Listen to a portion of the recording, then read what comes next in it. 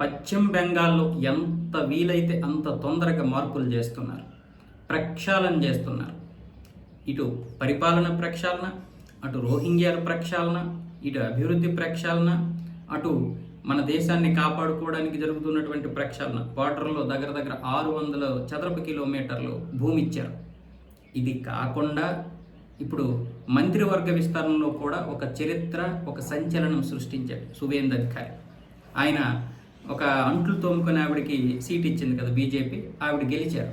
ఆవిడ గెలిస్తే ఇప్పుడు ఆవిడకి గృహ నిర్మాణ సహాయక శాఖ మంత్రి పదవిని కట్టబెట్టారు. ఆవిడ పేరు ఏమొచ్చేసి కలిత మాఘి. ఈవిడ ప్రతి ఇంట్లో కూడా, అంటే ఆవిడకి వీలైనంత మందికి అక్కడ ఈ పాసి పనులు చేసుకుంటూ నెలకి 2,500 రూపాయల నుంచి 3,000 రూపాయలు సంపాదించుకునేవారు.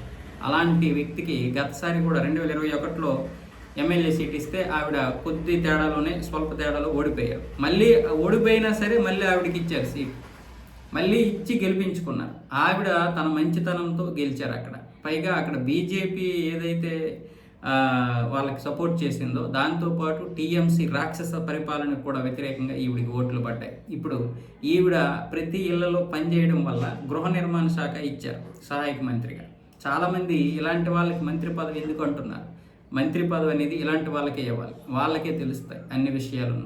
అలాగే ఆర్ఎస్ఎస్తో సుదీర్ఘ అనుబంధం ఉన్నటువంటి జగన్నాథ్ చటోపాధ్యాయ గారికి ఉన్నత విద్యాశాఖ, దీపక్ బర్మన్ గారికి పాఠశాల విద్యాశాఖ, అంటే విద్యాశాఖని రెండుగా విడగొట్టి ఈ విద్యాశాఖనైతే ఈ విధంగా ఇద్దరికి ఇచ్చారనమాట. ఆర్ఎస్ఎస్తో అనుబంధం ఉన్నది, పైగా వీళ్ళు విద్యావంతులు, అక్కడ ఎప్పటి నుంచో విద్య కోసం పోరాడుతున్నటువంటి వారు కాబట్టి వీళ్ళకి ఆ విద్యాశాఖని ఇచ్చారు. అలాగే హోంశాఖను మాత్రం సువేందు అధికారి గారు ఉంచుకున్నారు. ఆయన చేతిలో ఉంచుకొని మిగతా కొన్ని శాఖలను అయితే పంచడం జరిగింది. ఎవరికి సాధ్యం ఇలాంటి మంత్రి పదవులు ఇవ్వడం?